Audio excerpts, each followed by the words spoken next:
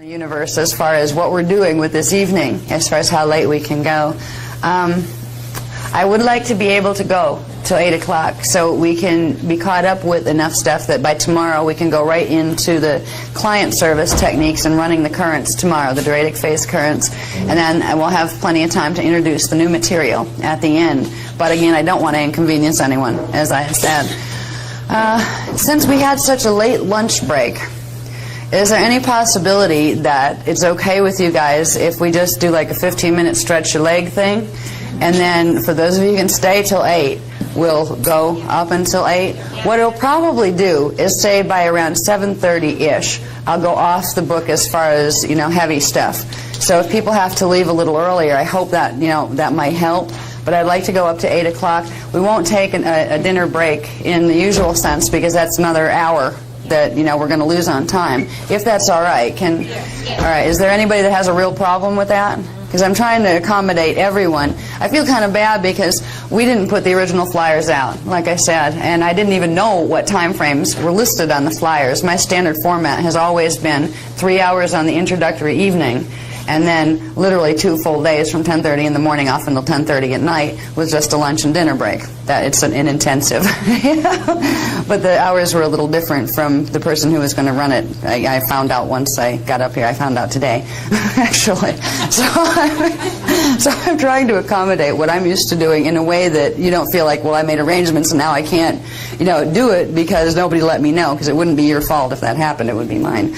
Anyway, so that sounds like it'll work. Well, okay. There's nobody that has a major issue with that if we go till 8 o'clock and take a break around 6-ish, about 15 minutes to roam around here.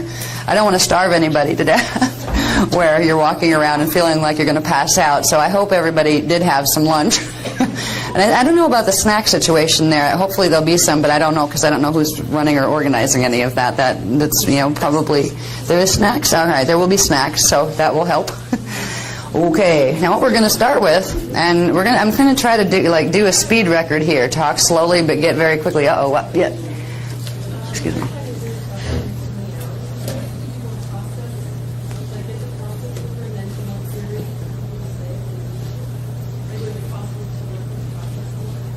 Would it be possible to work with process more? Yes, we're going to get into the process.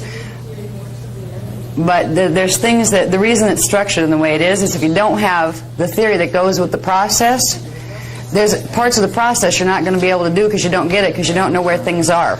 And you won't understand what you're running or why you're running it or how to run it. So there's a reason why it's sequenced. If I could just do all the exercises up front, that would be fine. Like tomorrow, for instance, when we get into Kathara level 2, you're actually having this happen. You'll have technique in the front with very little information in writing that we have to go through. And it's after the new stuff that I'm putting in is the theory that goes with it, that explains what it is. But in this particular part, Kathara level 1, it was structured in a way where you need to know the basic theory and your parts so you can do the processes. But tomorrow we will be using more of that framework. All right, so I'll do my best with it. I'll try to get the important stuff over with first, is basically what the idea was there. It's kind of all important, though. All right. I'm so sorry. Okay, that was another, or somebody just said that. Who did? I heard it over here someplace, that keep questions for tomorrow was a suggestion. That's another thing we could do, because I want to be able to have a question and answer period to answer your questions. We could keep that for the last hour tomorrow evening, because that usually takes about an hour out of the time to do. If I could do a half hour today and a half hour tomorrow, we could do it that way. Or we could run program till 7 and then have question and answers till 8 tomorrow night, which were, not till 8, I mean till like the last hour till 10 tomorrow night. So if people had to leave at 9, the only thing you'd miss would be question and answers. We could work it this way. And that means tonight we would go, in program all the way up to like 8 o'clock, except for the 15-minute break that we take around dinner time. I think that's a good idea if that's all right with everybody. Okay, so the last hour tomorrow night will be question and answer. Okay. Now, Chapter 2. I'm going to try to get you from Chapter 2 to all the way through Chapter 2 and Chapter 3 today. This is going to be my objective, the goal I'm setting. Let's hope it works that way. If not, it's funny. There's always enough time. It always gets taught. What needs to get taught will be taught. And sometimes your objective is this, but this ends up like happening tomorrow instead of when you want it. But it always gets there, so you will get everything that's important to get. What I'm going to try to do is get you through Chapter 2 and Chapter 3 which will bring us up to the point where tomorrow we would come in and do what's called a clinic. That's where you do hands-on. We would learn everything up to the point today where we learn about the triadic phase currents. We learn the theory on them so we know what the heck a triadic phase current is, and we would learn how we are going to be using them. Now we would start tomorrow morning with going into the technique on using them. There are 2 techniques before that we will be integrating today as well, and they're not too difficult. Tomorrow's techniques, just so I'll remind you now, there is going to be a period where we're going to have to break up into sets of 2 people and do client, like one person plays the client, one the facilitator, and then we rotate, switch off. So each person gets a chance to run hands-on so they know what it feels like to be on each side of it. This requires us laying down. So it's going to be a little interesting because we're going to have to, at some point when we run the big process, probably tomorrow afternoon, we're going to ask you to bring a blanket or something to lay on so you don't have to lay on the cold floor. I mean, you don't have to. I'm not going to force you to participate. But we've found that the theory is important and activating the stuff in your own body is important. But it really helps to anchor your understanding of feeling how to run those currents when you're actually working on someone or having someone work on and with you.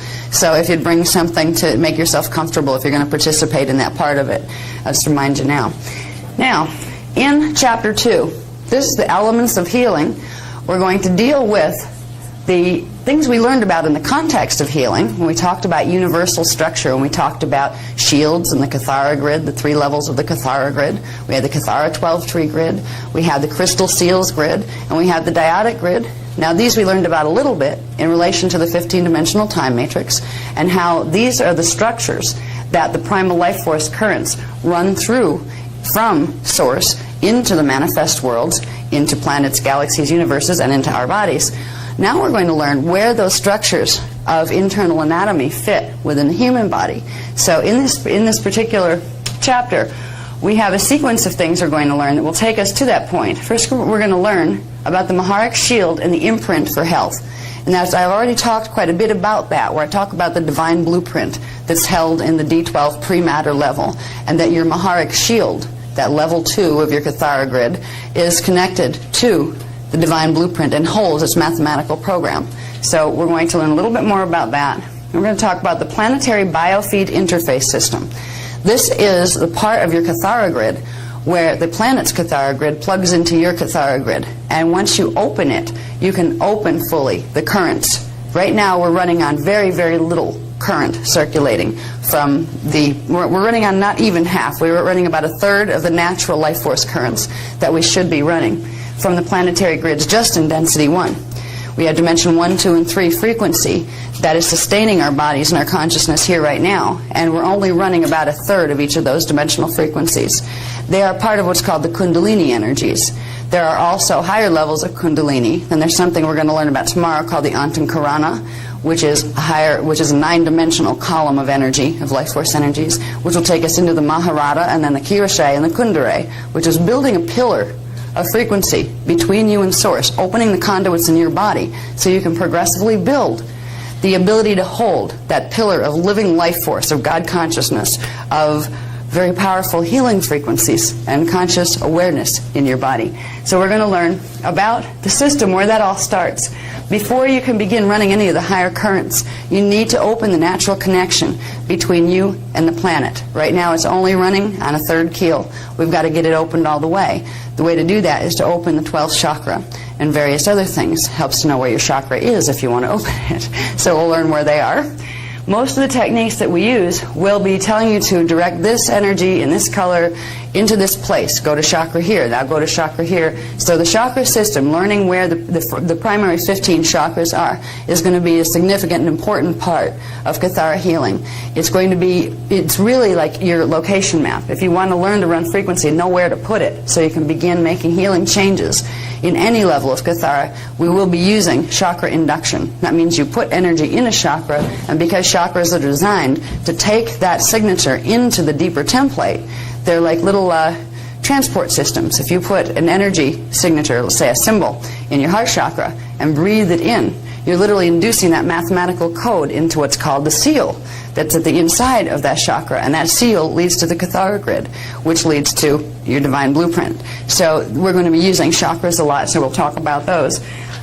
Morphogenetic expansion, this one's fun. Morphogenetic expansion, growth cycles, death, and molecular compaction.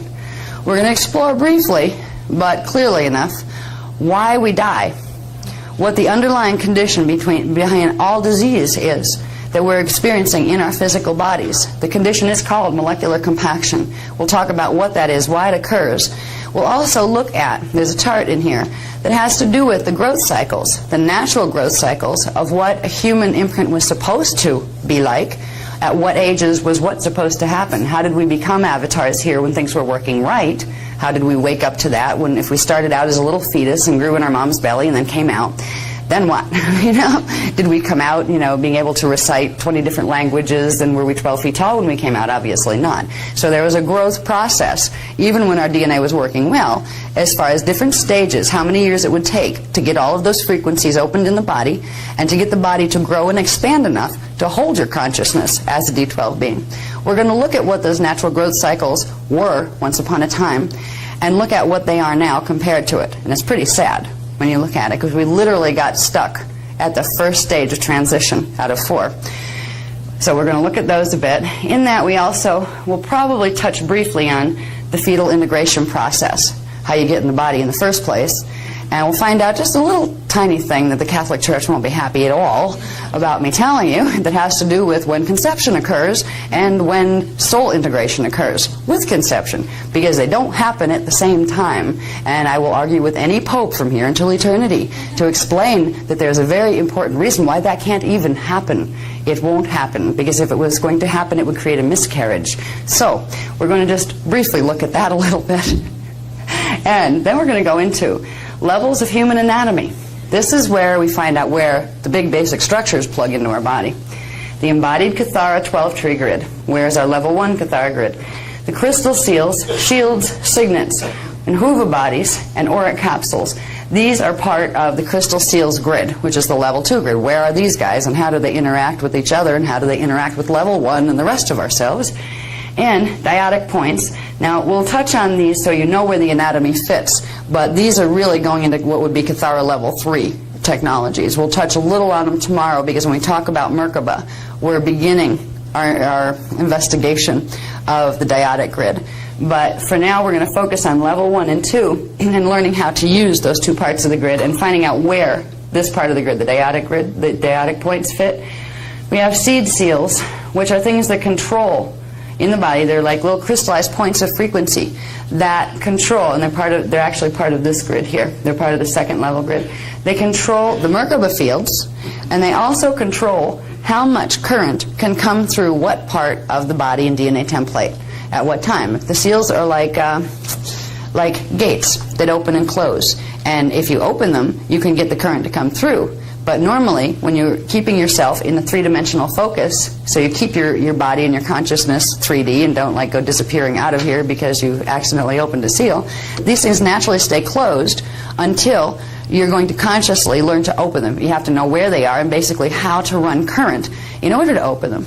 If we're going to be using, which we are, the triadic phase currents, which are the higher dimensional currents from D4 and up in density 1, which only goes up to D3, we have to open some major seals to allow the frequency to come through from the higher spaces, or we just won't get it in our template. We won't get a communication, an electrical communication going between strands 4 and higher and D1, the D1, 2, and 3 strands of DNA. Now, I talk about DNA, and I say we're on most of us are on 3rd strand activation. And people, I thought we only had 2 strands, a double helix. When I talk about strands, I'm talking about sets of double helices, heli, all right? 1 strand template creates 1 double helix, an electrical helix and a magnetic helix. They intertwine together and are held together by hydrogen bonds in the chemical DNA. Now, as we become more activated, we will always see a double helix, because it's not as if you have one strand and a double helix, then another one pops out and another one pops out, and you have all these strands where if you looked under, if you did the testing, you'd see this starburst. It is a starburst of crystalline structure that builds in the DNA, but it will always follow the template of the double helix, as it's known right now. That will be the structure that even when we're 12-strand, we will just have 12 layers of that, which means the chemicals that manifest on the templates that create the 12-strand will simply add to it. Right now, the chemicals that are part of the DNA are part of strand 1, 2, and 3. And they're not all of any of those strands, because most of the strands are shut off, even the 1, 2, 3 strands. Most of them are operating on about a third capacity. So we're going to be learning about the DNA, how it works with all of these systems as a transducer of energy.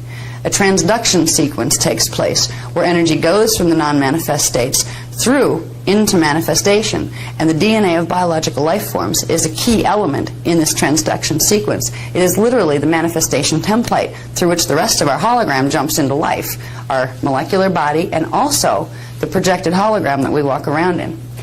All right, we'll talk about axiom lines and the Hara level. The Hara level we won't cover too much here, because this gets into radial body anatomy, which is really from level 4 Kathara, they told me, but it's something they're giving us to tack on a little bit to the end of Kathara level 2 introduction. So we'll be learning a little bit about the Hara level and the axiom lines, but the most important thing we're going to learn is how these systems fit together. So you see the levels and layers of your subtle body anatomy, so you can understand where the primal life force currents are going when they come in. Where do they go? They go through this first, then this, then this, then this, then this, then this, and then they pop out here in the hologram. And then when they're coming backward, they go through this series.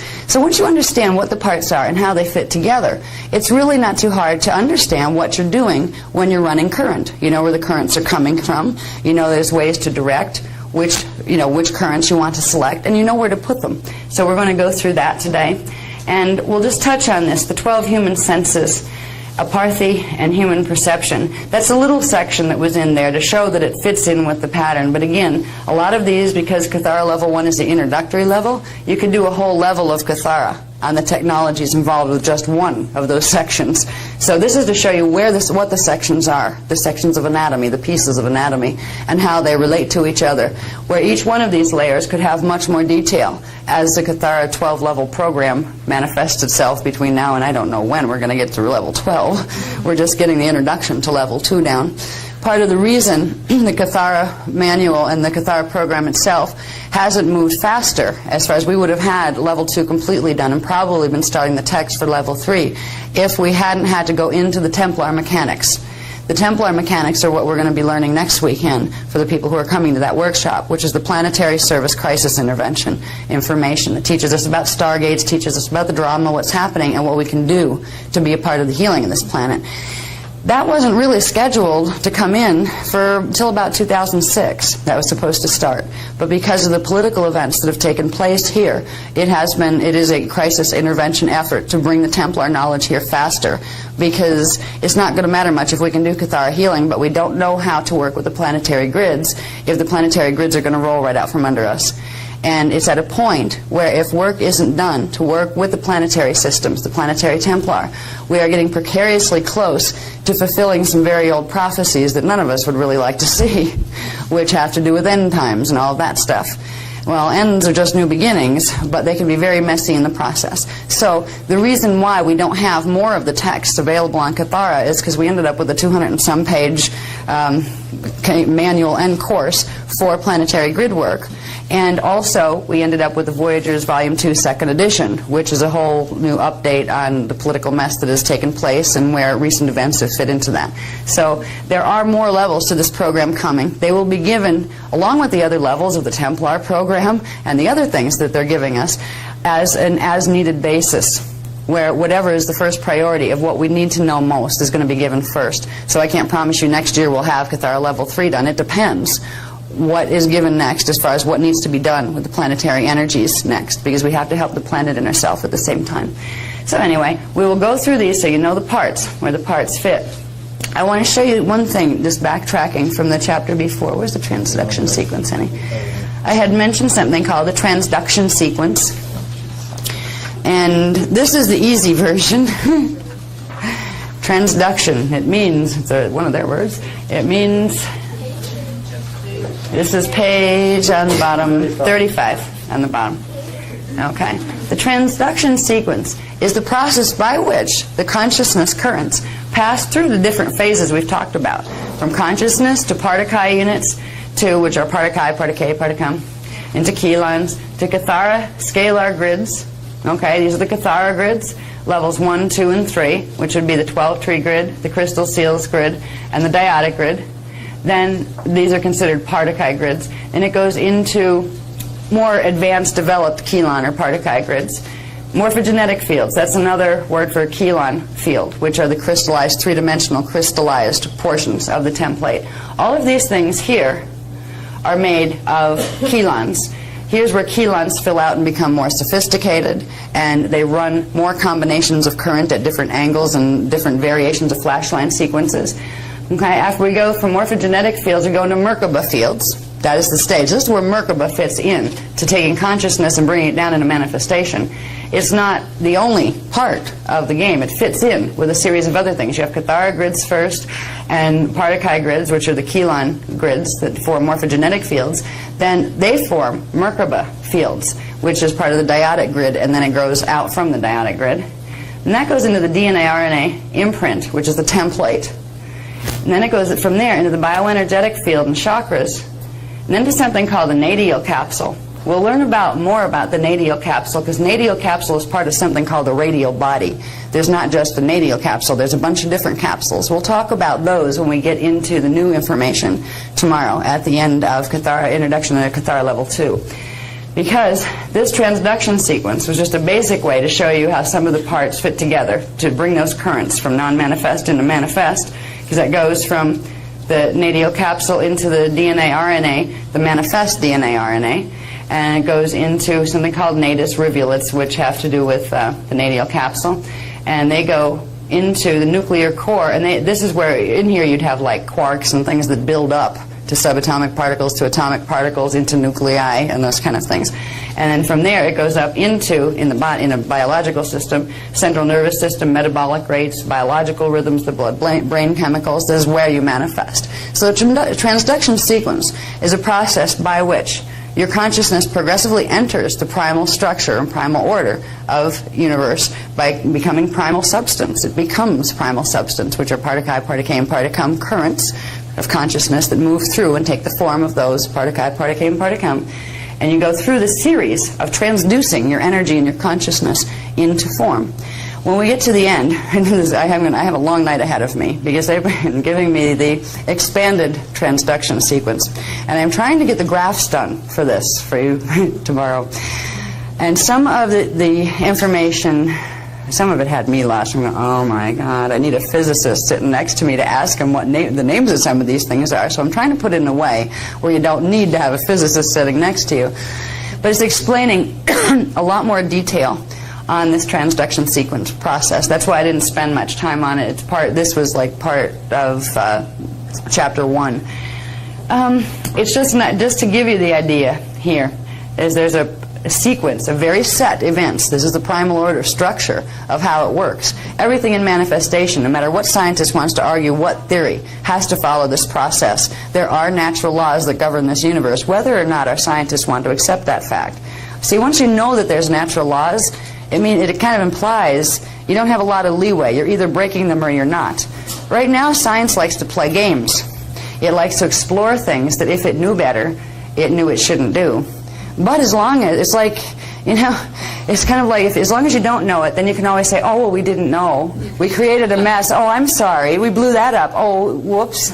We did a horrible genetic mutation. Oh my God, we created a new species of something. Yeah. And it's like, if they knew, or if they acknowledged that there were laws that govern these things, natural laws of energy, and they had access to what they were, they'd have to either say, I have no conscience and I'll do what I want anyway, or I'll have to rein in my free will a little bit to work within the natural laws of creation so I don't create any harm to anything. Science here isn't mature enough right now. Now, there's a lot of nice scientists out there that are. But when you take science as a body, what most people don't realize is, just like when you take religion as a body, you have a bunch of well-meaning people, many who have dedicated lifetime after lifetime to trying to be the best and do the best in whatever belief system they were fed. But what most of them do not realize is that since 25,500 BC, at the core of what used to be organizations that were supposed to assist and help humanity. What has actually done is the Illuminati groups have progressively taken control. So you have a few little Illuminati groups controlling hundreds of thousands of people, sometimes millions of people. It's happening in science and it's happening in religion. And they don't like each other, the two groups, because they each have a different agenda. But both of them use the exact same tactics. They use fear, intimidation, arrogance, putting you down in order to make themselves look important so you'll never question them or say, excuse me, I don't think that's right. They use information propaganda, and they use information hiding in order to keep you educated only to the level that they want you to be educated at. All of these things are part of the natural order, the natural laws. Once upon a time, we all did our best to live by because we knew if we did, not only could we have everything we could possibly want to imagine to experience, there's no limits. God didn't say we had to be broke. God didn't invent laws of vows of poverty. Yeah. Now, who would benefit from a vow of poverty? Think about it. Do you think it's going to matter to God one way or the other? God doesn't need money. There were tricks put in. That there have been many poor priests and priestesses that shouldn't have been. But as long as you're poor, you're pretty disempowered, and it means somebody else can pull your strings. You're at somebody else's mercy to take care of you. Now, if you understand that you are a part of God and that God will always take care of you, you're not attached to money. This is what it used to mean. Vow of poverty, it wasn't a vow of poverty. It was a vow of non-attachment. It meant, be it person, place, or thing, there's nothing that I will hold on to more tightly than my direct relationship with Source. And if I get guidance that it's time for me to move from my country and leave my home and my family and even my children and all the things I love the most, if I have to do that, I will. Because I know that even though it might not make sense to me right now, that my Christos self and God know there's an even better way for me to be and to express my whole Christos self as an avatar. And I know the people I leave behind will be taken care of too. It was meant to teach you not to get attached to illusions, the illusions of manifestation. Because the reality is, nobody ever dies. They just think they do. The reality is nobody and nothing is ever lost, because nothing can get lost, because all it takes place within God. It was meant to not let your illusion get between you and your relationship to God, but it was twisted into things like the vow of poverty, where to prove your loyalty to God, you're supposed to suffer. Now, what kind of God would want you to do that? I remember a long time ago, before I had the full memory banks open where I could make sense of it to myself, I remember thinking, and I'd read the Bible and things like that. If God was really like that, I would quit. I would just say, go find somebody else to manipulate. If you're so mean, maybe you should take a course in anger management. Because, if all you can come up with is wrath, and you're supposed to be what I look up to as my role model of what I'm going to try to become like, I aim higher, We all need to. When we learn about wrathful, mean gods who have a lot of ego issues, it's not God. These are groups of people who have created personifications of God in their own image and taught us to worship those. God doesn't want you to worship. He wants you to understand your worth and the worth of all things. Worthship. The process of acknowledging in great reverence and love. Worth. Value. The intrinsic blessedness of all life. Big difference between bowing down on your knees and begging to something you can't see. Hoping it sees you and hoping it's nice. All right. So anyway, all right. So we will get into tomorrow, and I'm still in the middle of the more detailed transduction sequence. See, when you get all of the transduction sequence down, and there's some real tricky turns of how things move here, and then they move there, and then they move back again. It's the manifestation process is what it is. Transduction is manifestation, how stuff goes from being non-manifest thought into manifest reality. So as we begin to understand how the primal life force currents come into our bodies and how our consciousness comes in, we will be stumbling across the secrets of the ages, the secrets of manifesting thought. And it's not just a lip service type thing. There is a science of thought manifestation. Before we can get a hold of our direct thought manifestation, we have to get our DNA templates cleared. Because as long as we have the twists and turns in the DNA that aren't supposed to be there, we'll try to create one thing and it'll come out as something else. It's like trying to bake a cake and you end up with a rooster. It's just like, how did that happen? You know? Oh, you know, some got twisted in the oven. I don't know.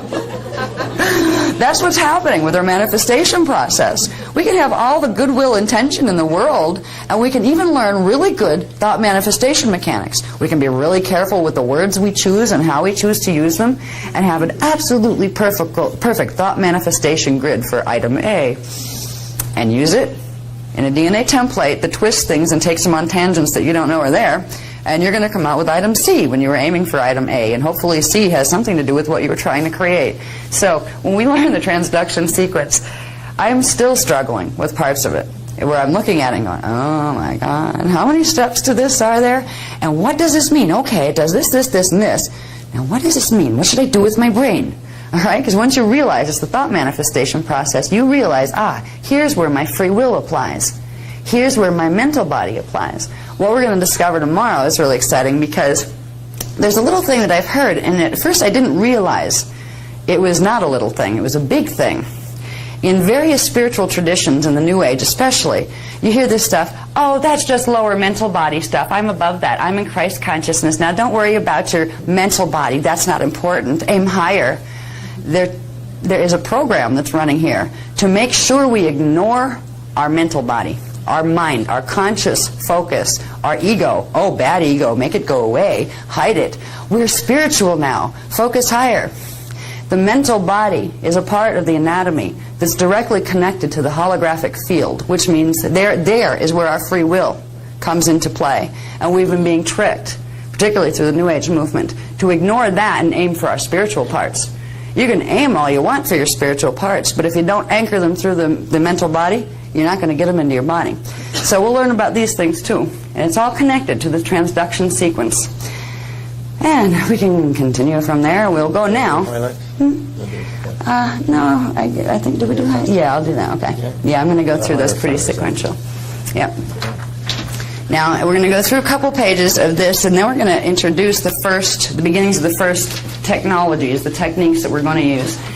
This information is chapter 2, starts on page, was that 102 in the book? 102. Yeah. Wow, we're already up to 102. We're doing pretty good. The imprint for health.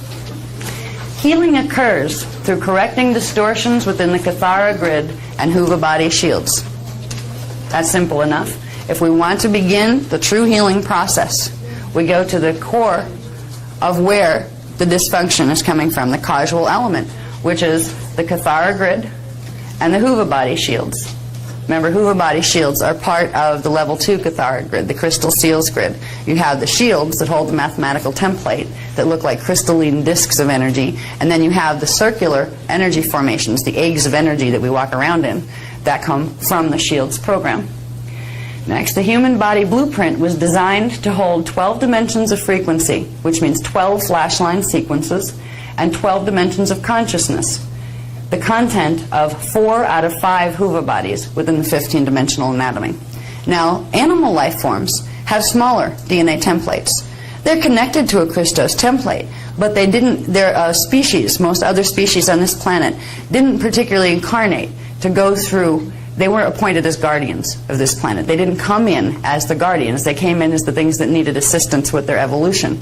They don't have 12-strand DNA templates yet, which means they have a longer evolution cycle to where they progressively build up that type of 12-strand DNA template. Humans were created with it from the beginning. We were created as avatars. Animal consciousness comes in to experience different types of reality, and then it has to accrete or build up its DNA template through reincarnation, through literally those templates that are simultaneously placed in different, life frames, will move through one imprint and become a D1. That's when your first incarnation might be as a rock, where your consciousness is in D1, and it's the elements that would compose what on the outside looks like a rock. D2, you go up into the more complex elemental kingdom, where you actually have elemental consciousness. There's where you have the little fairies and little things that people have been telling stories about for years. The little things that nobody else sees, but that run around in the woods. Those kind of things. There are elemental consciousness. There are life forms that take on these forms. These are things with smaller DNA templates. If you don't have at least the coding for 3 strands in your DNA template, 3 dimensions, you will not be a 3-dimensional being.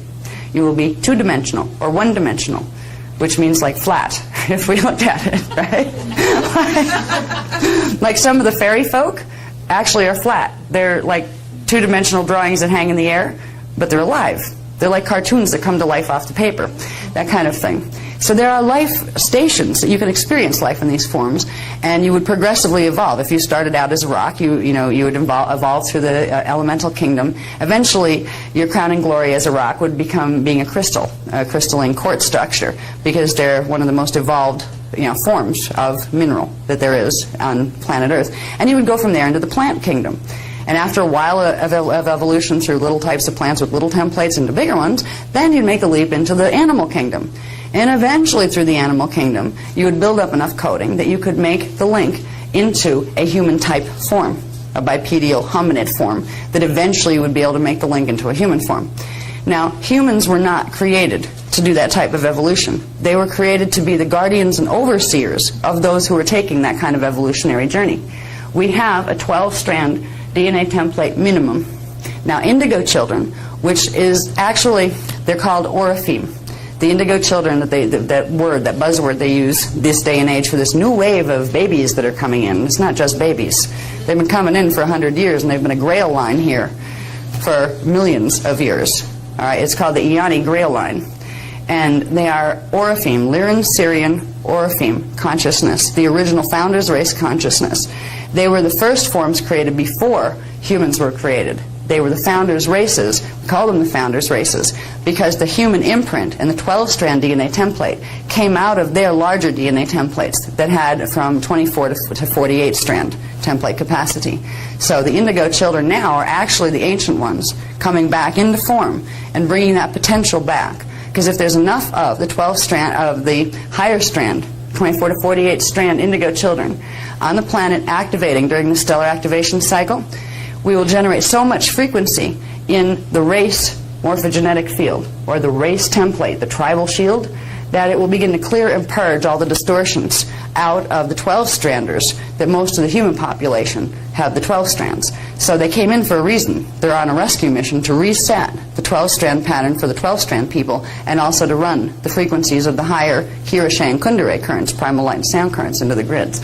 But humans, every human, was originally, if you're a human soul, you were designed on a blueprint that holds 12 dimensions of frequency, 12 dimensions of consciousness, that's avatar consciousness.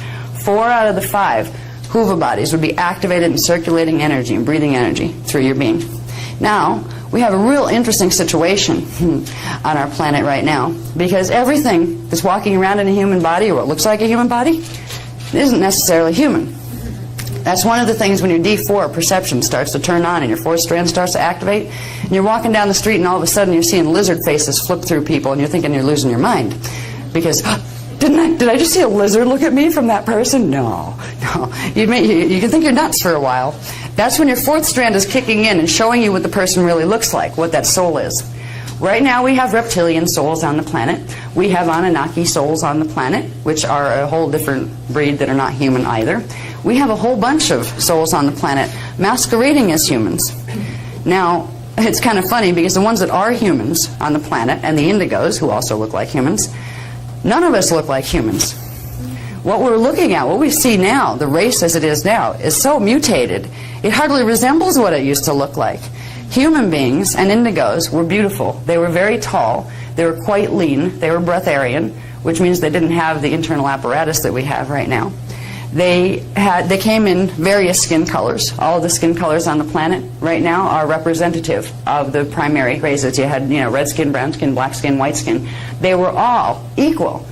It wasn't that whites were supreme and blacks were apes. I mean, some of the New Age stuff actually teaches that the black people came out of apes. It's like, talk about problems with these guys. No. Black people, there is a whole grail line, genetic grail line, of very, very high ascended masters that are in black skin form here. They're the same in red skin form, which would come through like Native American or Native North American type Indians. So there's a diversity that's still in the gene code. And the difference between, right now, we look at ourselves, and if we remembered who we were, we wouldn't even recognize ourselves now, because we had very little body hair, The human imprint had very little body hair. In fact, many of them were bald. The more evolved ones didn't have body hair. It was kind of inconvenient when you're going through stargates all the time. It just was not in the gene code. The original Orifeme indigos were very, very interesting because they had much more of the characteristics of the founders, the original founders races of this time matrix. And there were three groups there. You had the original Elohai, Elohim, which were the highest coded ones. They were called the blue flame people, or the emerald order people, the Elohai Elohim. They were the guardians of the blue flame primal light field, the D13 field, and the Akkadic records in the primal sound fields, the first expansion from source. They were leonine when they came down through their Christos template. Their main template was feline. They actually were like hominid felines. And it's really funny because you see people that have an issue with cats. Usually, it's a higher issue coming between who your avatar group is and its relationship to Elohai. Now, there's also been some twisted versions of Elohai that became what are called the Anu Elohim, which are a fallen angelic group. And they're one of the ones that created the Anunnaki races. Okay? So there is a whole bunch of coding we're carrying in our DNA. And right now, most of us couldn't figure out if we were a human soul in a semi-human body, or if we were Anunnaki or Draconian or what. Because the people who are lizards in human bodies don't know they're lizards, and the people who are Anunnaki don't know they're Anunnaki. And a lot of the people that are learning this stuff would be afraid to find that out, because, oh no, that means I have more problems, right? Does that mean I'm bad? No, it doesn't. At this point, we're in a situation on the planet where our DNA holds many, many mysteries, and it would be very scary to find out exactly how much we have inside of our DNA. I mean, what would you do if you found out that, after all, yes, you incarnated out of a draconian soul matrix, which means you're reptilian? Does that mean you're a bad person? I mean, that's right. You didn't know. That's right. Most of the people on the planet right now that are not human consciousness or indigo consciousness are out of two other groups. One is, and both of them happen to be fallen angelic groups. The people that are in human forms that came out of the fallen angelic groups were parts of those collectives that wanted to get their Christos imprint back, and they were trying to run away from the nasty fallen angelic groups that they had been a part of. So they incarnated out of those groups to get into human form on what's called a bioregenesis program to get their 12-strand imprint back. They're the ones who have been chased by the fallen angelic races because they were like members of their own that they controlled who escaped from the prison camp, and they came over to the other side. So right now, even though we will teach you through the Kathara program, and particularly through the Templar program, we will teach you about this genetic distinction that exists. We might all look like we have human faces on, but the reality of what's going on is we are not all human consciousness, and that's okay. Now, we have to be aware of what the draconian agendas are, and we teach that in the Templar course, what the Anunnaki agendas are, because they're taking agendas that are trying to wipe out the other species. And that's not fair play. And they've been playing this game for a long time. Now, if you happen to be a person who's an Anunnaki soul that's incarnate in a body, that doesn't mean you want to do that. That means you have free will choice now that you have a human body. That you can say, excuse me, I don't like that agenda. You know, I'm part of the Christos agenda. So there's lots of people that are coming from those matrices. But they're the people that are, there's a genetic coding that goes with the fallen angelic matrices that makes people who are Anunnaki souls or draconian souls more susceptible to being harmed by the fallen angelics, more susceptible to having their biofields possessed, more susceptible to getting implanted, and more susceptible to getting body snatched, which is full possession. So these are people that, and if you know, I mean, you never know if you're one until eventually you start to talk to your Christos self. It will let you know. It will not let you know what matrix you incarnated out of. It's not bad to find out. You're draconian. You know, if you're an indigo, or if you're a human, if you're a draconian, if you're an Anunnaki. It doesn't matter what the answer is. It just matters in knowing. And you can find this answer in yourself, and it's worth taking some meditations and asking yourself and being ready for the answer. Don't be scared if it says, well, you happen to be draconian. What it means is, okay, that means there's something in my DNA template that I have to be extra careful to use my Maharic seal more often so the other ones can't get a hold of me. Because draconian races and Anunnaki races started out as blessed races just like any of the other founders' races. They ended up with a condition called code convolution. That's kind of like inbreeding genetically. If you take the same template and you combine it and combine it and combine it with itself over and over and over, at a certain point the original integrity of the mathematical template breaks down, and you start to get random probability and variations that weren't quite part of the original plan. That's how fallen angelic matrices came into being in the first place. So when we go into the healing issue within ourselves and within the general populations, we need to be aware that not everybody in a human body is a human. And if we make the mistake of doing that blanket unity, false unity stuff, where, oh, we'll just pretend we're all the same, that means we will never discover what our particular DNA needs. You will not discover if there are draconian codes that need to be flipped back to their Christos pattern so they can be cleared. What's happening in the New Age movement is a false unity movement. They're teaching people to see themselves as all one sea of fellow humanity, so you will totally never, ever find out about the diversification that exists. They're doing this so the ones that they have implanted in human bodies, who are dark oversouls running the other agendas, won't be identified. And they're doing it to take over the race genetic code. Now, unity comes from love of diversity. Unity through blessed diversity is what was the creation imprint for this time matrix. In your healing, you will find draconian people coming to you, and you'll start to know. You'll start to recognize it. Yep, that one's out of the Omicron matrix, or yep, that one's out of Odedicron. Yep, that one's an Anunnaki, the Jehovian Anunnaki matrix. No, that one's a Thothian Anunnaki. You'll start to be able to feel the different families of consciousness just by being near the biofield of someone. If we approach this kind of knowledge with the usual nonsense that we're taught to look at things in the 3D world, we will cause damage to ourselves and to others, because we're taught to discriminate and point fingers and blame. What we need to do is approach them all with love, yet also be aware that if you have somebody coming to you to facilitate their healing, and they happen to have some real field problems because they have a DNA susceptibility, because say they're from a draconian matrix and the fallen angelic matrix wants them and wants their body, you may get yourself compromised as a person trying to heal that person, trying to help heal that person. And there's a lot of games played with this. But if you run your Maharic seal and don't forget to do it, you'll have enough frequency in your own biofield where that can't happen. So you can walk where angels fear to tread. You can go in and touch and heal and be a part of things that would terrify anybody that didn't know how to run their Christos consciousness and its frequencies. And you can know you can go in there and be safe and protected. So this is part of the reason why in the work that we teach, we will teach you about being able to recognize consciousness, being able to face the fact that just because people here wear human faces, that they are not always human souls, and human souls were created with one purpose, one template, divine blueprint, why they were created. Then there were the other ones from the fallen angelic matrices that were literally, some of them, created to destroy humans. They were created as a counter force.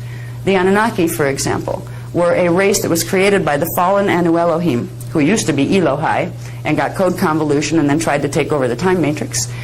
They created a biological race that was called the Anunnaki that has progressively tracked humans and indigos to destroy them, because they were the guardians of this time matrix that were in the way of the Anu Elohim matrix.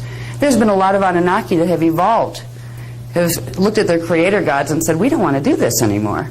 We want to do what they're doing. We don't like you. We don't want to be bad anymore. We want to be good.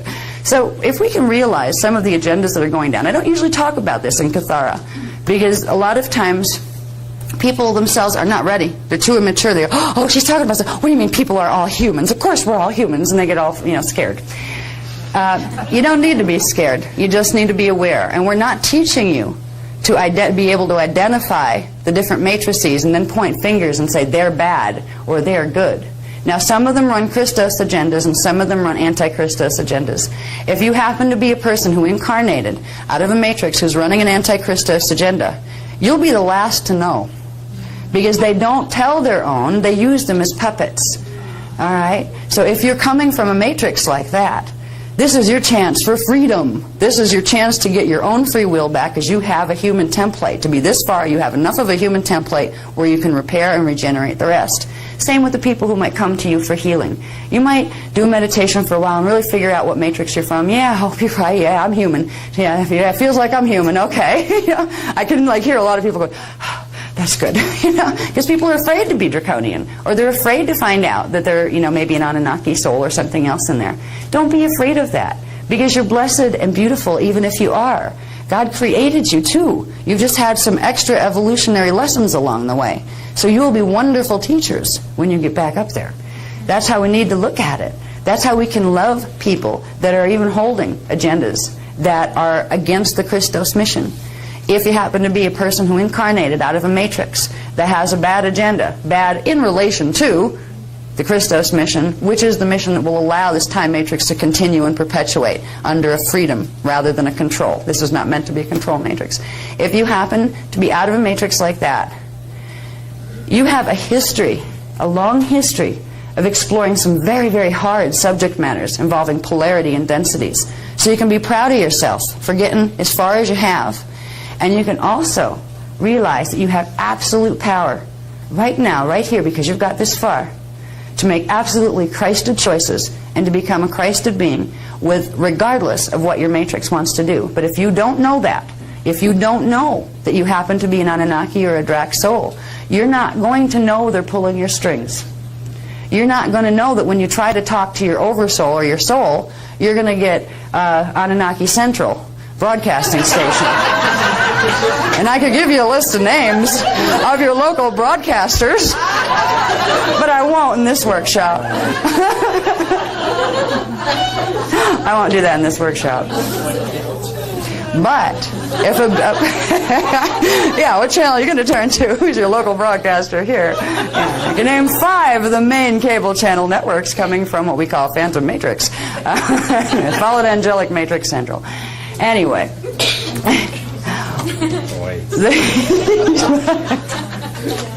What is freeing to know is whatever matrix you're out of, you have the ability, if you have some problems, that you're a part of a collective, that let's say you really want to do a Christos thing. You're a good person, you know it, and you like being that way, and you're not going to tolerate any anti-Christos agenda messing with you.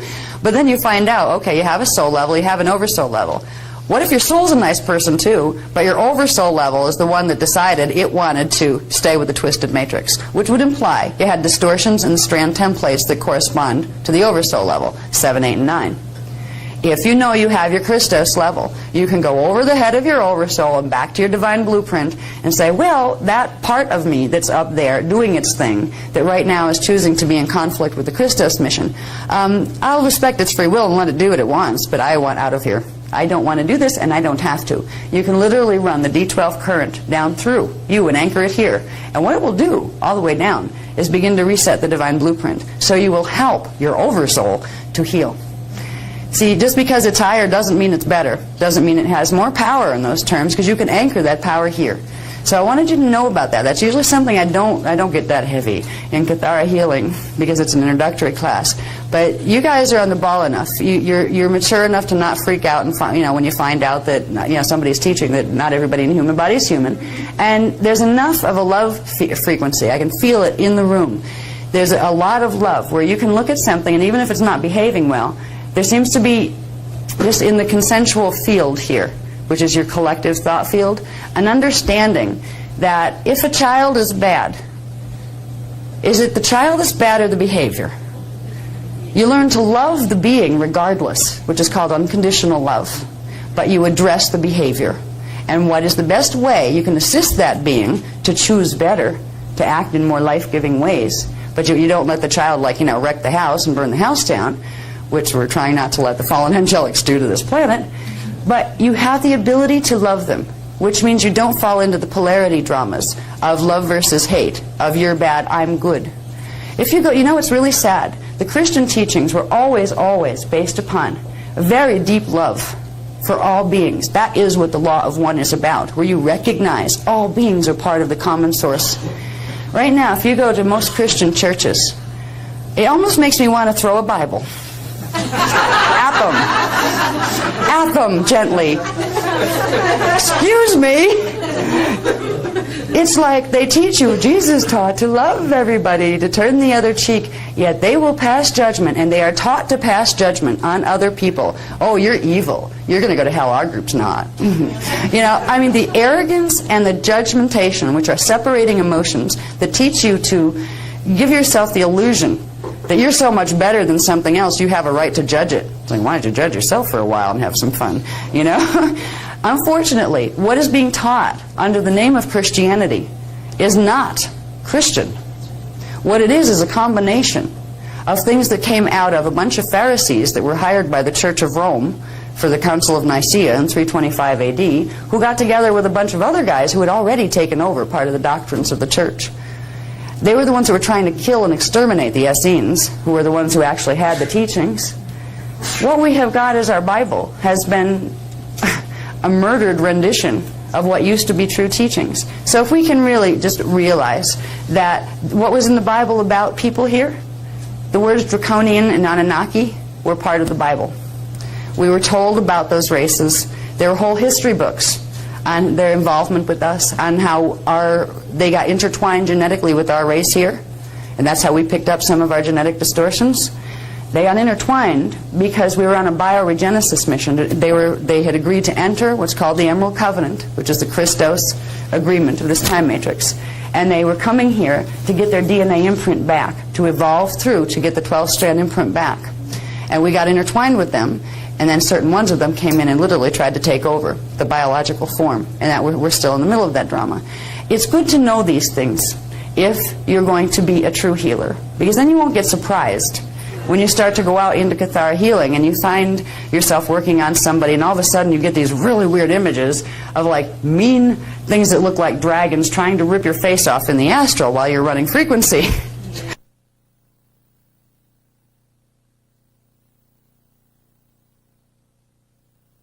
I was guided to go there with that because I wanted you to know about it, because it's really a surprise when you don't know about it and it introduces itself to you.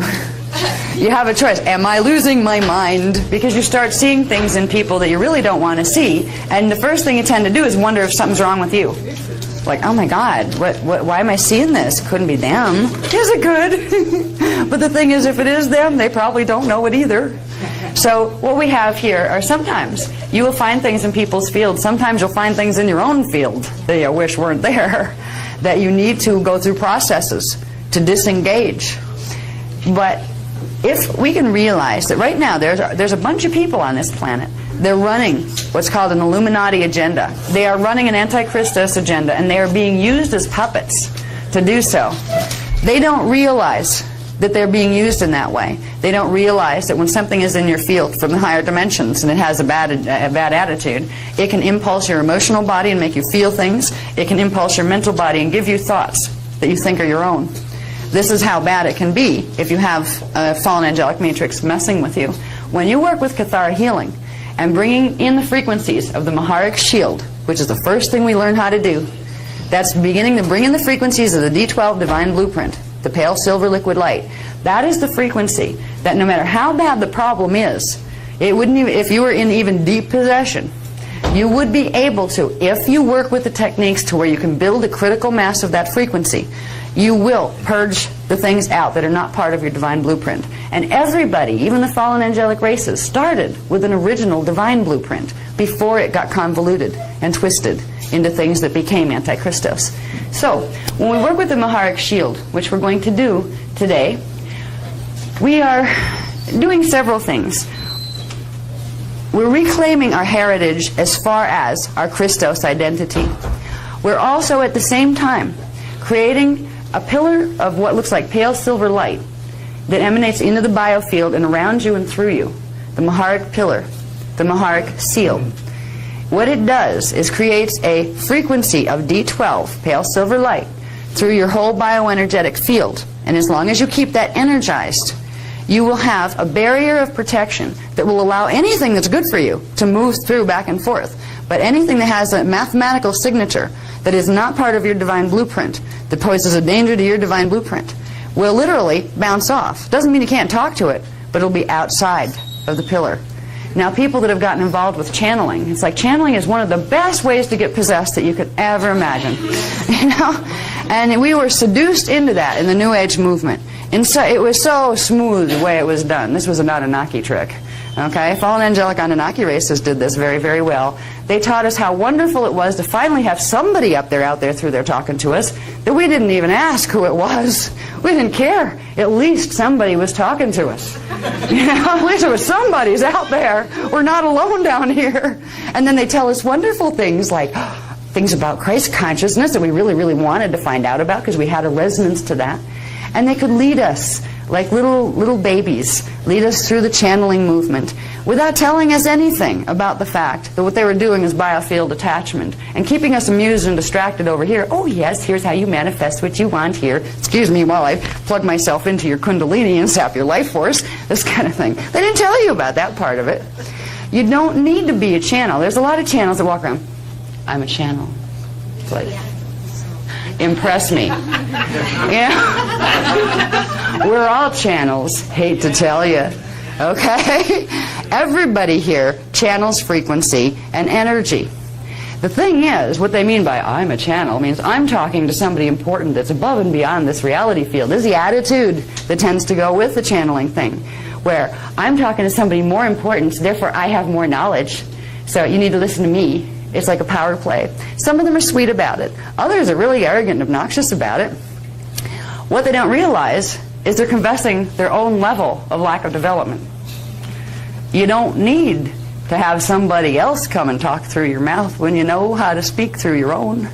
You don't need somebody to say, hi, I'm an angel, I'll tune every once in a while and fix things for you, when you're a Christos being and you know how to be your own angelic force, because you can access even more information than the angels have, because angels are D6 consciousness. You have a level of D6 consciousness. Archangels, they're into the oversoul realm. You have oversouls.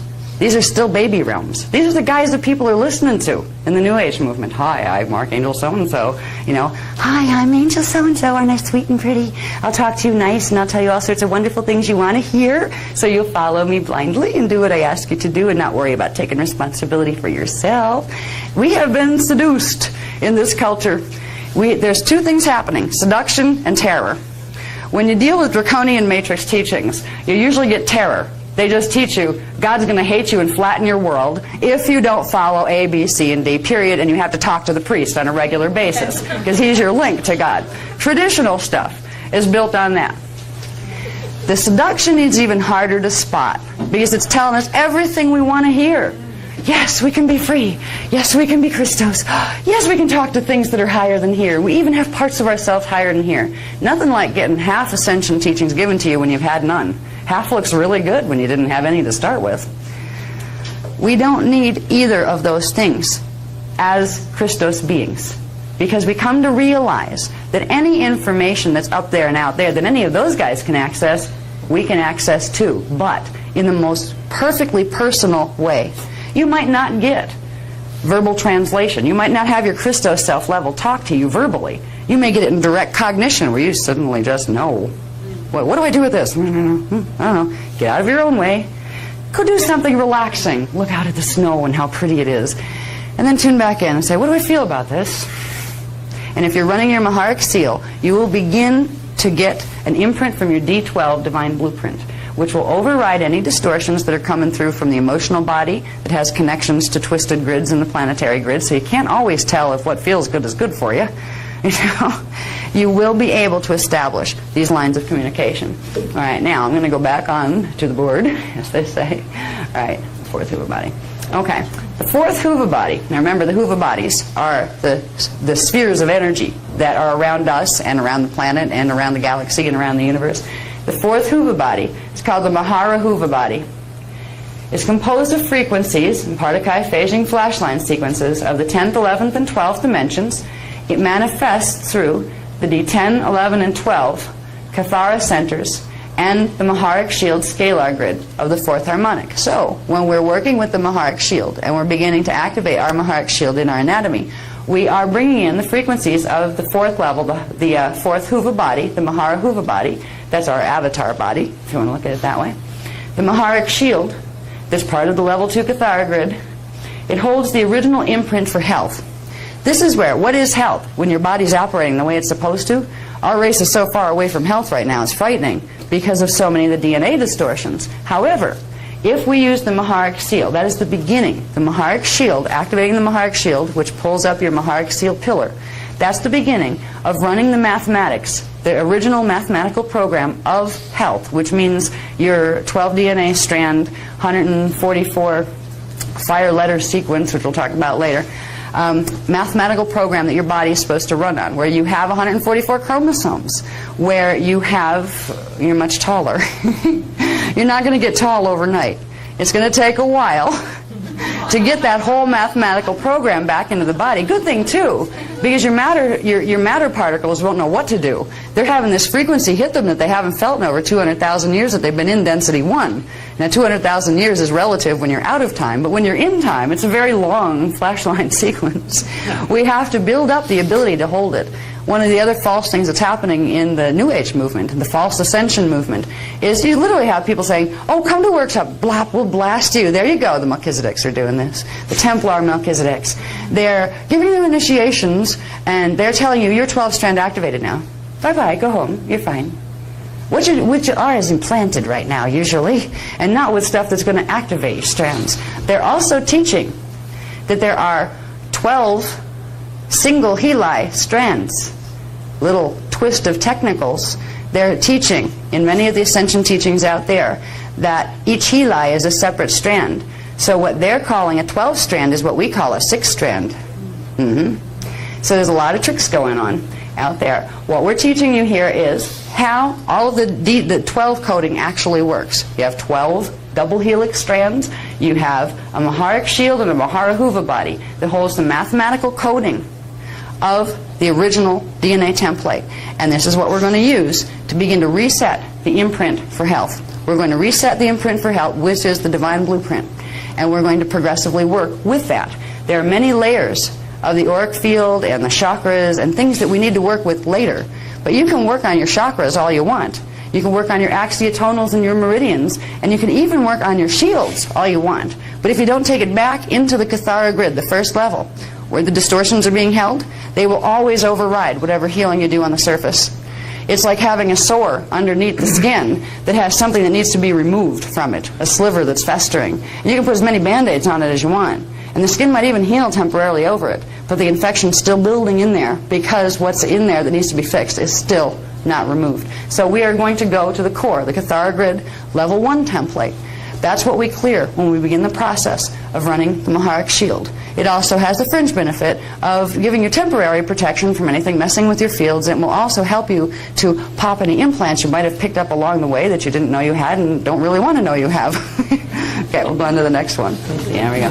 Okay, the Maharic shield can be used to repattern the Kathara grid holographic template back to its original imprint for health. So when we activate the frequencies of the Maharic shield that actually pops up as an energy field below the feet, we have the ability to then run D12 current, little subharmonics of it, at first, they're little bursts, nanosecond bursts of D12 frequency subharmonics come through. That's what it means to begin activating your DNA. But when you activate your Maharic shield, you're activating the 12th subharmonic in the DNA template for the first time in, since ancient times where we're able to do this. It will restore in the Kathara grid, the Kathara level 1 grid. The way to recode those Kathara centers is to activate the Maharic shield, because that has the imprint for all of those 12 centers in it. To recode anything to the D12 frequency, you have to first open D12 frequency into the body, where you can anchor it and bring it down in. And that's what we're learning to do with these processes. The flashline sequences of dimension 12 can override and correct faulty flashline sequences that manifest as distortions within the Kathara grid and the Huva body shields.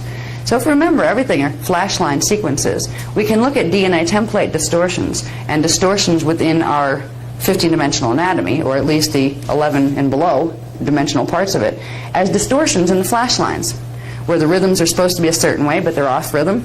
They're not, in synchronization with the original flash rhythms of D12 and the divine blueprint, which throws off everything, our time orientation, our consciousness orientation. It gets us stuck in space-time. So the distortions, they have several levels to them. At their core, the distortions that cause the DNA twist that we have right now are distortions in the flashline sequences. There is a natural way that each dimension is supposed to have its own flashline sequence. Each DNA strand, each level of our body, of our subtle body anatomy, then we have a level that corresponds to D1, dimension 2, dimension 3, dimension 4.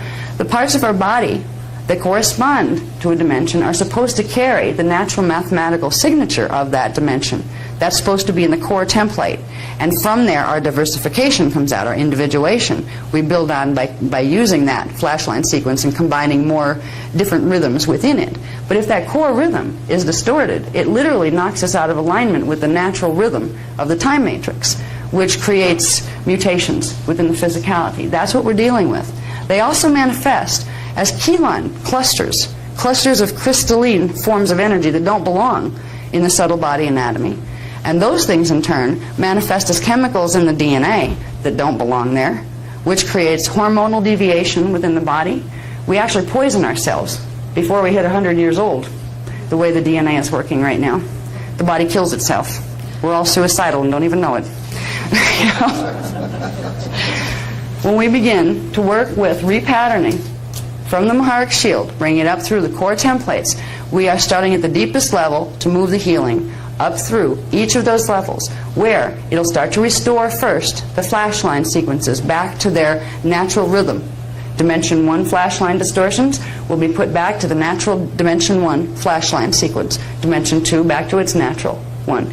The current that has the ability to fix all of them is the D12 current. Because within the D12 current, remember we talked about how D2 actually has the D1 flashline and the D2 flashline. D3 has D1 and D2 in it. Well, D12 has the natural mathematical pattern for all of the ones below it. So no matter how distorted they might get, if you run D12 back through, you're resetting the original pattern. And that's what we're doing with Maharic recoding. It's called Maharic recoding because we're recoding or repatterning the Maharic level, the D12 imprint, which is the Christos, divine blueprint, back into our bodies or the planet. Because when we work with the Templar courses, the workshop that's on the Templar, we are doing the same types of things for the planet, because the planet is in crisis, just like our bodies have been in crisis. And crisis on a planet in a Stargate cycle can result in pole shift. So we're working on things to help prevent that by clearing the grids, but we have to start with clearing our own body grids. And that's what Kathara healing is about. Okay, now, to begin the process of activating the Maharic shield, it takes us into the world of symbol codes. I talked about before how symbol codes are actually an image that we see in light. If we see it out here or in here, it's actually made of light. So it is a light symbol that has a very specific mathematical coding. That's what gives it its shape.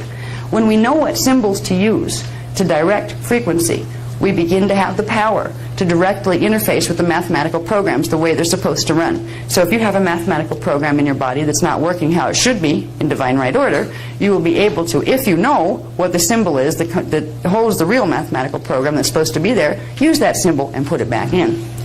The symbols are also the keys to opening seals in the body, because the symbols will allow, if you put a symbol into a certain chakra and then you run frequency through it, you're activating that mathematical code at the moment in that particular area of the body. If you want to open certain seals, if you want to activate your D12 current in your body, you need to use the D12 symbol code, the image, the symbol mathematical program, and you need to put it someplace and run it in a certain way. And we use the breath as well. Breath is a very important part of learning to run energy. So if you want to take a mathematical symbol and say, hold it in your mind, and then you want to move that so it can, let's say, be put into chakra 12. How are you going to get it from your brain into chakra 12, which is below your feet? I'm going to inhale and gain some momentum, and then push it down. The inhale and the exhale breath, our breath is intimately connected with Merkaba spin, which is connected to Partakai phasing rhythms and how fast flash lines will flash, the rhythms of flash lines. When we start to direct our breathing in specific ways, it's like the natural flash lines for one dimension. There is so much room for variation on that line. That's why we have variation for individuality. That's why everybody has a little bit different breathing rhythm and heart rhythm and all of those things. We can learn to work with our breathing rhythms to either speed up within the range that's natural, the flashline sequences in that area of the body, or slow them down, depending on what we're trying to do. We can use the breath. It's the push-pull mechanism. It's what puts energy behind what you're trying to energize. There are all sorts of different ways of directing it. When we do transmissions, there are ways to transmit directly through the chakras, where you can go into a room, inhale, you go into a room, just go, nobody else knows you're doing it, but you project a field, a frequency. I hurt myself. I lost myself. Over there somewhere. No. So the breath is going to be a vital part in it. Now, it's not one of those things where you have to drive yourself crazy trying to go get your biofeedback machine to find out, what is my breathing doing? I don't know. It happens so often I don't pay attention, Because most of us, what is your breathing rhythm? I haven't a clue. You have to stop and think and then listen. But when you stop and think and get quiet to try to listen, you tend to hold your breath, so you can't hear your breathing rhythm. Wait a minute. What I usually tell people is when we're going to go into any type of exercise, whatever it is, just try to pay attention for a minute of what you're breathing at. Because as soon as you try to pay attention, it changes. Just the fact that you're going to try to pay attention. Just try to tell yourself right now, you're going to slow your breathing rhythm in half. And leave it at that for now, because it will start to bring you down into what's the alpha brainwave pattern, which means you can access your body currents better, your lower frequency currents. You need to bring the higher frequency currents up through the lower frequency currents, and you can direct it through the frequencies through the body consciousness a bit better when you slow down. When you slow your breath down, just a bit, not to the point where you're going, So I'm not going to tell you, hold it for 14 seconds between. It also helps if you put a pause between inhale and exhale. If you put a pause at the bottom and the top of each breath, it gives the oxygen exchange time to happen. It gives the body more time to let the energy move between all the levels of the template. Right now, we breathe so fast and so shallow compared to what we once did. It's amazing we can still stay functional because we're getting hardly any amount of life force in. We're breathing life force in and out when we breathe air. But air itself is not the only part of the life force. When we breathe in and out, we are controlling the flow of primal life force current through our DNA template, through our Merkaba fields. So when we begin to get conscious control, just a little bit, realizing that we have a breath that we can direct here, that will directly give us an ability to interface with how fast and how smooth life force currents are moving through our body, breathing becomes a whole lot more fun. Oh, there's something I can do with this. This is why some of the Eastern philosophies would teach people years and years and years of learning how to get breath control. And bless those people, because they got the hard way. Like things that we teach now would take them like 500 years to get to the point where they'd teach this, because they'd take the first thing, like Om. And you could do Om for 20 years before your master would tell you the next syllable. Right? And you figure out about how many eons would it take you to become a master if you're going to do one syllable a lifetime. Okay, but they did know, the Eastern philosophies and Hindu philosophies, who also know about chakras, have known about, it was called prana in a lot of the different ones. The Eastern philosophies would refer to it as prana. But what they're referring to, the primal life force currents that are carried with the molecules in the air that we breathe. It's not as if oxygen is separate from it, but oxygen isn't the whole story. Oxygen is only the outer manifestation and the illusion that is one of the helpful carriers of the life force currents. Tomorrow we'll get into specifically what those life force currents are and how they come into the body and how we can use Merkaba to amplify them. Once we know how to run what is called a Christos Merkaba, there's a big difference between a general Merkaba and how many people are teaching it these days out there in the New Age movement, and a Christos Merkaba. A Christos Merkaba is a harmonic Merkaba. It's built of sets of 3 dimensions, not just singular dimensional aspects that are being worked with, and it runs the D12 current, which means it gets it on its right spin. Okay, we'll learn about what's being done with Merkaba out there right now, because you'd be amazed how we're being hijacked right now and taught how to amplify our own genetic distortions to serve somebody else's agenda. All right? Christos Merkaba is different than what is being taught out there as partial Merkaba training.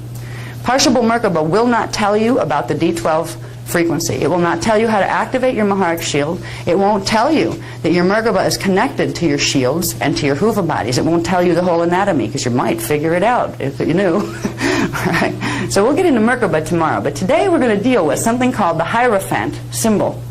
The Hierophant symbol, the core of it, is the D12 symbol code. And it's a symbol we've all seen a lot of places all over the place. Thing is, you don't have to be Jewish to use it. You know? What they call, and you don't have to get into the Star of David stuff. It belonged to somebody else long before David adopted it. All right? It's a six-pointed star. Now, flat six-pointed star is where we start the activation process, which means if you take a six-pointed star, technically that's a symbol for a Merkaba vehicle, which is a star tetrahedron-shaped three-dimensional thing, which is a different coding than a simple drawing, which I'll show you in a minute, of a six-pointed star. The six-pointed star, flat drawing, is the beginning of sending the mathematical instructions to your Maharic shield to tell it to begin transmitting the D12 subharmonics. You don't want to transmit D12 frequency pure before you get the rest of your body and systems able to handle subharmonics, because you blow yourself up and you can't do it. Your own Christos level won't let you do it. You can only pull so much frequency at any time that is not going to cause any harm to you. And your other levels of self will regulate that.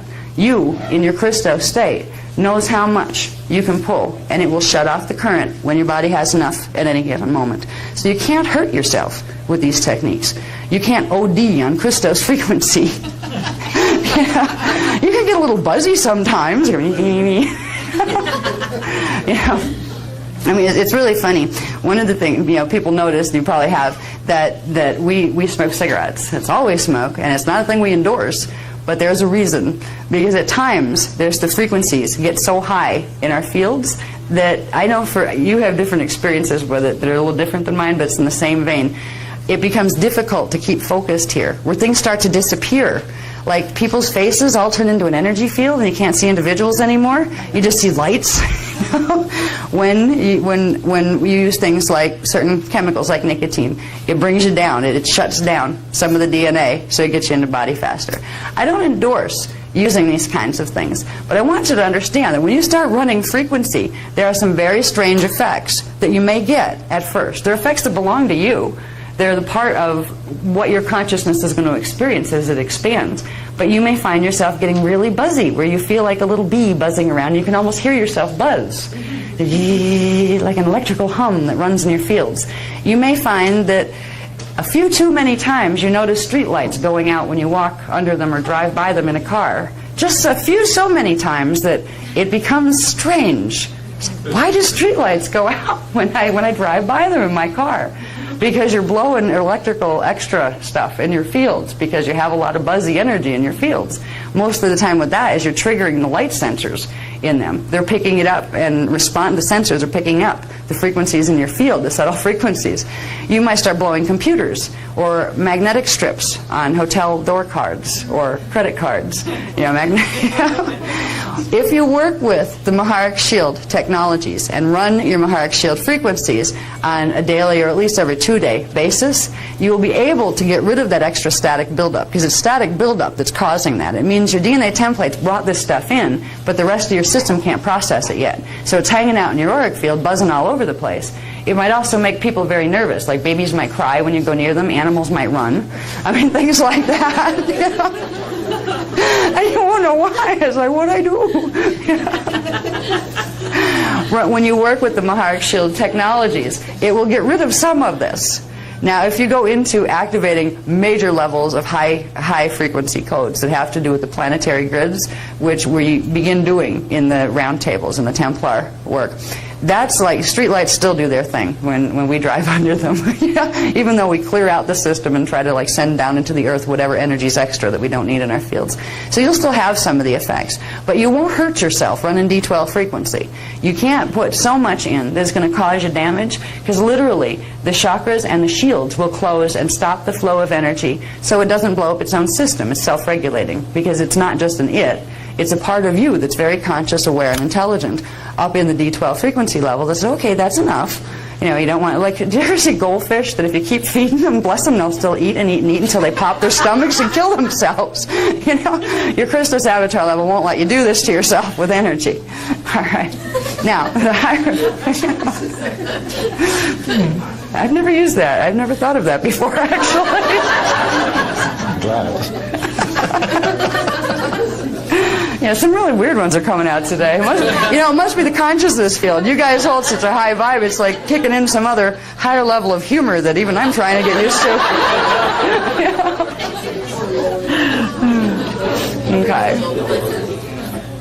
Okay. The Hierophant symbol code is a scalar standing wave pattern containing the electrotonal programs of the 11th and 12th dimensions combined.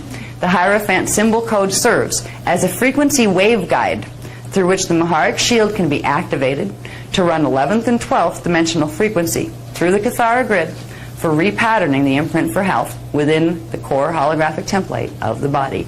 Okay, the Maharic shield can be activated with the Hierophant symbol. Now if you notice, we're not just dealing with D12 frequency, we're dealing with the 11th and 12th dimensional frequency too. When you use D11 and D12 together, it creates the full Christos ray because it's pulling in the whole spectrum from the antiparticle universe as well. So you're not just running D12 current here, which would give you a pure white current. You are running the 12 frequency bands here and the 12, actually 11 and a half of the 12 from the other side, because you blow everything out of manifestation if you put the 12 and 12 together.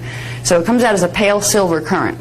And that is the full D12 Maharatic ray, they call it, or the platinum ray. Some people in the New Age movement have coined that phrase, the platinum ray. They're referring to the same thing, but they're teaching you to use it in sub-increments so you can twist it in ways that weren't meant to be twisted.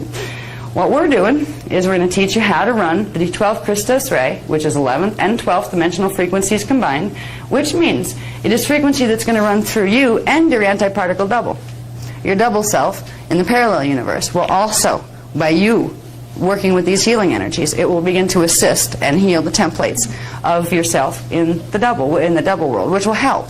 Because right now we're being affected by what's happening in the parallel system, but we don't know it because most of us don't know the parallel system even exists. There's also another place called the inner earth system. We talk about that in the Templar thing a bit more.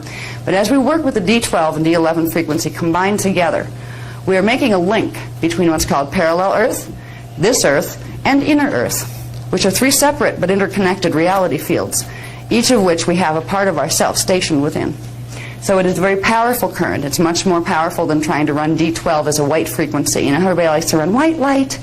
They're running still a polarized D12 current. It's polarized because it's only the particum universe current, which is the base magnetic, which is over here where we are, where we're stationed. They're not running the electricals, the other half of it, that is part of the particle universe. So when we run D11 and D12, we're combining particle and antiparticle currents, which is the strongest pure Christos imprint, because you're actually carrying the imprint of the divine imprint of both sides, of both polarities into one. So it is stronger than the pure white light. And a lot of people like to, pure white light's the highest, or gold light. Gold light happens to be D8. Aim higher. Pale white is like, white is nice, it's a pearly white, it's very pretty, it's D12, but it's D12 polarized. What you want is D12 non-polarized, which is D12 plus D11.5, where you say D11 from the other side, combines it into a full Christos ray. So that's the frequency we're running. It is a wave guide, which means it's going to guide the frequencies of consciousness into the body through the Maharic Shield template. So it's literally serving as a mathematical instruction, like a computer program, to teach that current of how it's supposed to move into the body. The Hierophant symbol is the original D12 symbol code. If you were going to take and give a visual symbol mathematical representation to the D12 flashline sequences and what they are and what all that coding is, the Hierophant symbol, which is the 6-pointed Star of David, is the original symbol code for that. That is the first symbol code. Each of the dimensions have their own symbol code, and eventually we'll learn how to use each one of them. But we're learning to use the higher ones right now, the symbol codes that directly go with the natural divine blueprint flashline sequences of the higher frequency currents, because they're the ones that have the power to come in and clear any distortions out of the ones below them. So we start with the D12. When I say D12, I'm referring to this, just so you know, the D12 that is parallel and here. It's the particle antiparticle, the full current. All right, using the Hierophant symbol code, the planetary biofeed interface system can be activated to empower the Kathara grid repatterning process by drawing frequency from the planetary Maharic shield. Now what we're going to do is when we activate our Maharic shield, we're going to activate the planetary biofeed interface system. It's the point in our bodies and in the planetary grids where our personal Kathara grid connects directly to the Kathara grid of the planet. So the energies, where are we going to pull energy from? We're going to pull the Maharatic frequency, the D12 frequency, now that it's finally available in the Earth grids. We're going to pull it from the Earth grids into our bodies, and we're going to circulate energy back through. It was always like a love affair between person and planet, because there was a constant inflow of energy, a sharing of energy, a circulation system. Most of our circulation system has been shut off. That's why we've turned into a culture that can actually abuse the Earth as badly as we have right now. In the ancient days, it would be like beating up your mother. I mean, you just never ever do it. You would never make a decision that would hurt a tree or contaminate a lake or do something terrible to the planet. Because the planet was a living being that you knew, and you knew you were a part of it. People didn't feel separate from the natural kingdoms in the ancient days like they do now. The reason they feel separate is because DNA strand 2 that connects to the telluric elemental kingdoms has been primarily shut down. So we can't feel them anymore. We can't feel that connection very strongly. Some of us can, because it depends on how much distortion is in strand 2 template. So we're learning at this point to reconnect not only to the higher parts in the higher dimensional fields, but to reclaim our connection to our mother, our Earth Mother.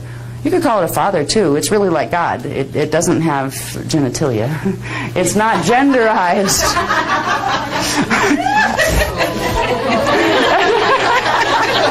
That's not a bad word. I didn't know that. I learned it in science class. That's not a bad word. Gender. Let's leave it more simply as that. I wanted to get a point across of the fact that why bother making I'm not even going there. I'm not. What? You want to talk? It's not to be confused with an organism. No. Right. No.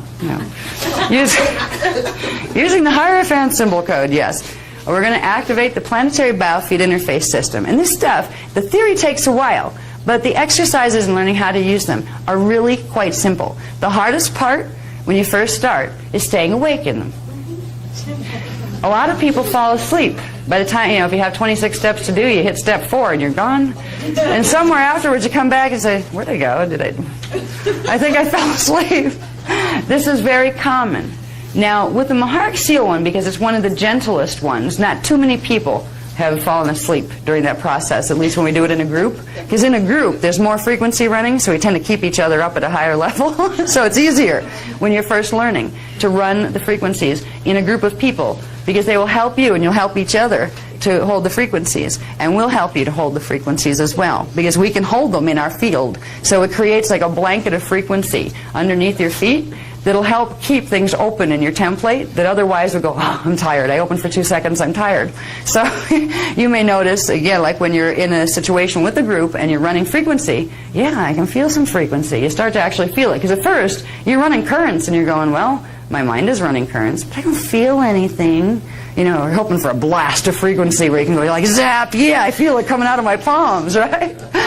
After a while you can do that. But at first you'd be lucky if you feel like you're running anything except a hologram in your mind, because it takes a while to get sensitized. Now